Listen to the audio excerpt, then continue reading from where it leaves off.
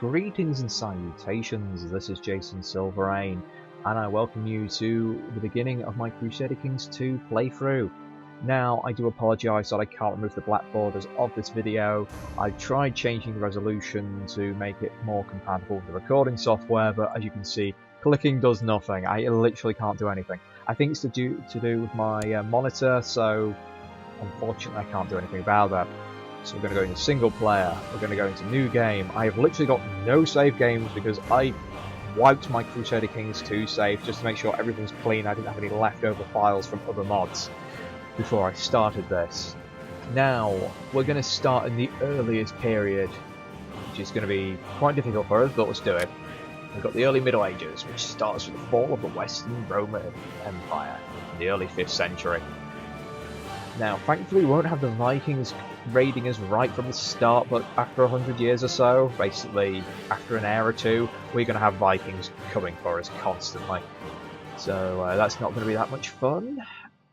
And I'm really torn between starting in France and starting in England. Now, part of me is tempted to try and become the Queen of Wales. And I say Queen because I've been... challenged is the wrong word. I've been sort of asked to try out a female ruler playthrough. I've not really had any female rulers in my previous games. Whenever I have, they've been very short-lived. It's considered a slightly more difficult thing to do, because you have issues with people not liking you because you're a female ruler, or if you've got a female heir. So trying to make like a sort of succession law where basically the women come first is quite difficult until you get equal opportunity laws, which take a long time to research. You can now just stick them in there as default at the start of the game, but that would kind of defeat the whole point. There's also other problems, like you can't be on your Lord's Council because you're not eligible for any of the council roles until they start researching the technology as well, so it's hard to build prestige. But we'll see how it goes. Alright, we want a custom game setup, so we're not playing any of the famous lords. I think I never play any of these guys. I'm going to have to try a William the Conqueror run at some point. Just with no mods, Iron Man it, because I have yet to actually conquer the entire of England. Just, well, the United Kingdom. England's just this bit. You know, I've managed to I've become King of Ireland, I've become King of England, but I've never managed to get bloody Scotland. But yes. I think I'm going to start in Cornwall because it's the easiest start, I think, if I'm going to be trying to take in Wales, because I have 2 provinces, I have no counts, so it's just mine, so I don't have to get minimal levies or tax from people, and yeah, just helps. Also, Bretons count as a Celtic type, so it gives me access to Tanistry, which is a very good succession law in the early game. It used to be the best succession law in the game, because how it works is essentially all the counts and king. Yeah, basically, if you're a duke, your counts can vote. I think if you're an emperor, then it goes down to dukes. It's weird. Essentially, it's a massive election amongst your landed nobility about who gets to be the next ruler, but it's only amongst your own dynasty. So you can guarantee that your next ruler will always be someone of your dynasty. Now, I might alter that to be Welsh because everyone up here, they're all Welsh. So taking them over and taking these lands, well, I will have less peasant uprisings for one. So yes, we go to Devon. We click the ruler designer. First of all, we want to change our gender. She looks quite nice, actually. I rather like that. Maybe a slight alteration to the nose. But it is actually quite a nice random selected character. Alright, we're going to go Welsh. Didn't do any changes, okay. Where's the nose?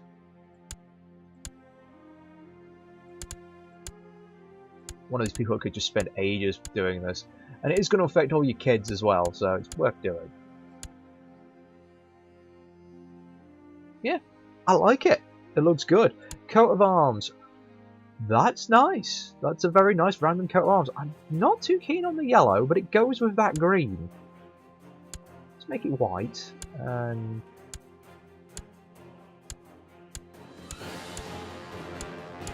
change that to a darker green, maybe. I kind of like that. Yeah, I'm liking it. The random generator actually gave me a good thing here. Okay, I can't pronounce that name. I just can't. No. Rum.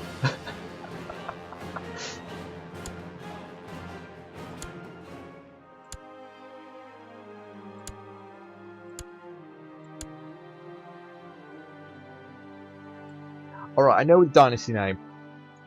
I already know the dynasty name. Because essentially I got into a friendly banter with my girlfriend like a few days ago, and I don't know why the random insult muffin butt came out. So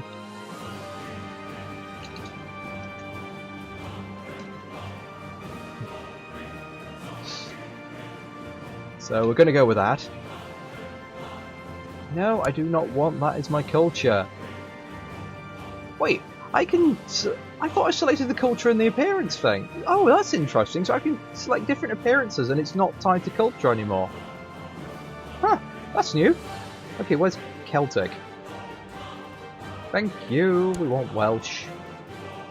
Now, let's see if the thing... Yes, they're all 0! Because otherwise that would cost me a lot. Now, that is going to nerf my martial score even further, but diplomacy is nice, intrigue is nice. Midas Touch is kind of one of the better ones. I mean, it's because it's the better one. But, you know, I'm going to go for this. Or alternatively, let's just have a quick look at... where are you? Elusive Shadow. Pulling this up a little bit, intrigue up quite a lot. I like having high intrigue, but no, we're going to go for this.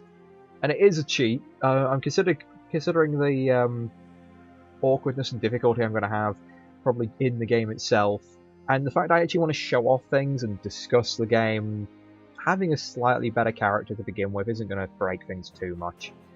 To be honest, the chance of this all being inherited is quite low. So we're going to add...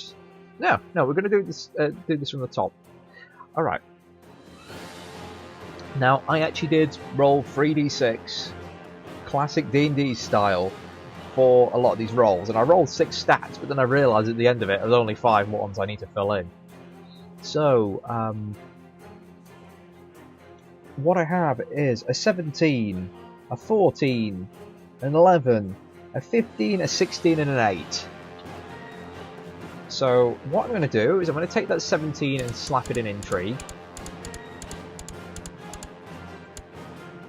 Probably not the best thing to do, but I am planning on playing a seducer. This was a recommended method of playthrough for playing a female ruler, was to be unmarried, which can cause a few issues, but actually focus on seducing potential husbands and, well, potential heir. People can give you good heirs, and just then legitimize the bastards. To pick and choose your heirs. But it's a playthrough method I've never used before, so I might as well try it out. Okay, the martial is going to be the 8. Because I figured I'm going to just use that as a dump stat. There's got to be one stat I'm bad at. Okay, the next thing is we had a 16. That is going to go in diplomacy. Now, diplomacy is important for how much people like you. Stewardship, however, is more important for how much land you can hold and manage. So, there's not really anything you can really dump. Martial's incredibly important if you're playing tribal, and it does affect the amount of troops you have. So this is going to make things difficult if I want to do things in a aggressive fashion.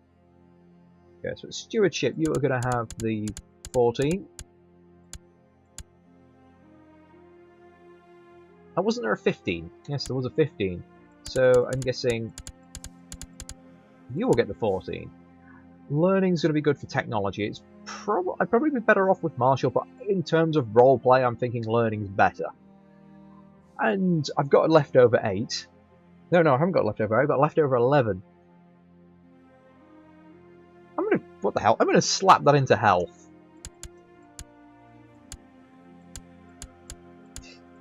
And just to explain these traits for someone who hasn't played, diplomacy is what it says on the tin. It's how much people like you. It affects how much, well, your opinion with other lords.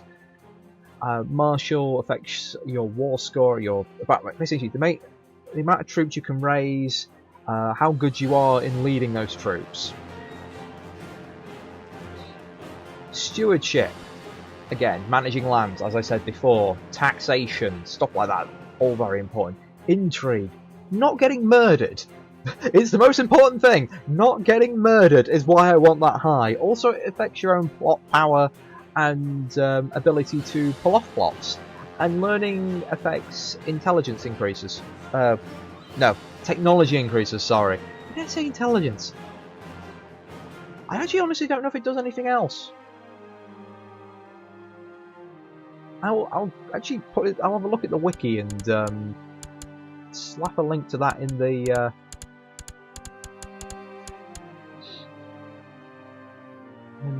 comments below. Now, health is what it says on its tin. Now, 11 is pretty much godly health. You know, we'll turn that down a little bit. If I go back, I've got 11 right. It started at 5. 1, 2, 3, 4, 5, 6, 7, 8, 9, 10. Oh, and 11 would knock it up to 6.10. That's a bit more reasonable because I've actually managed to get a character up to like 10 in health through abilities, and the person was like nearly 200 by the time they died. Oh, and I'll slap 1 into that. So there's me 11. Now, normally this would be costing me already a lot in age. I'd be in my 30s by now. Alright, adding traits. We need to add sensible new family for that mod to work. Now, again, all these would normally cost, well, either cost you stuff or be minuses. And one of the easiest things to do, if you're playing this legitimately, start wounded. You've got a very small chance it'll kill you, and it'll get worse, but most of the time, you will start wounded, you'll recover after a few months, you'll get scars which give you prestige. It's an easy way to keep your age down. Stress is a lot more dangerous. That also does the same effect, and you can get rid of stress, but it's a lot more difficult to do so. Never click incapable because you are just dead. You can't do anything, and the chances of you actually being able to proceed are next to none. Though you could just give yourself a ton of sons and daughters, people who can inherit, and then make a crappy incapable king. But your main problem is the things you attach to your traits here don't apply to your kids you add. So I don't really want to nerf my diplomacy. Aha, here we go. See, as I mentioned before, these ruler designers don't always work properly. See, for example, stutter is -4 age, whereas attractive adds +12 to my age. Now, I was going to go for the attractive queen, because this is sort of the seducer queen build. Is you need attractive and you need to try and get master seductress. Sorry. What is going on with me today? If I was playing a gentleman, I would go for quick as well, but I need to keep my age under 40. In fact, I need to get my age down somehow, so I might have to take stutterer. You know what, I'm going to take stutterer because I'm a stutterer a little bit. Slow, no. Strong would be amazing. Strong would be very much amazing, but I'm not going to take it. I'm only going with 1 trait there. Lustful, that is considered a downside, however, the intrigue bonus and the fertility bonus is actually better for you. Christian church opinion is a bit of a pain. Now, I do want some stuff that will raise my piety, because I'm going to need piety for this. Again, greedy is another one that's very useful as well, especially if you're playing a Republic. But we're going to go... Alright. I've picked one negative trait, so I'm going to pick a positive trait in Diligent, my favourite positive trait. It gives you a little bonus to everything, and people like you for having it. Okay. Proud again is another negative trait which is actually useful, but I am going to start with Humble in this case, because I need to offset my piety loss from Lustful.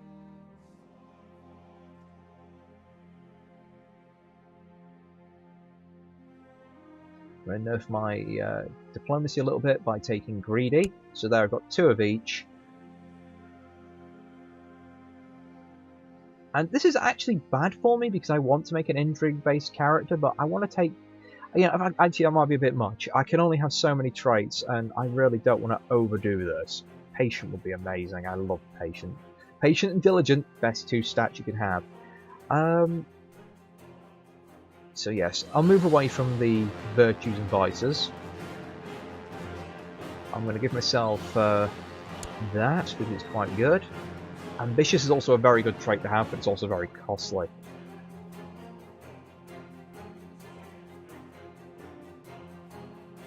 Discard's a nice simple one. Oh yeah, the ruler design unlock has also given me access to ones you normally wouldn't be able to have, so I could start with that if I wanted. But again, that would kind of defeat the point of my run. As you can see, this is what I made me for. The intrigue and diplomacy bonuses, they can give them or take them. They're not that high, they're not that good. There's other things that do things better. That attraction opinion, however, that applies to every man and homosexual woman in the world if you're playing a lady. If you're playing a gentleman, it applies to all the ladies, or homosexual men. So, considering that most of the rulers are men, and most of the important people in the game are men, and usually in the early stage of the game, that combined with Attractive is, I think, a plus 70 opinion modifier. So this is why I'm going for it. My favourites are the Administrator and Architect. They're so good. Master Schemer is very underpowered, I think. That should give you a plot power bonus. Well, alright. Now, I'm very tempted to give myself Shrewd. Again, big stat bonus. You know what, screw it, we're going to go with Shrewd.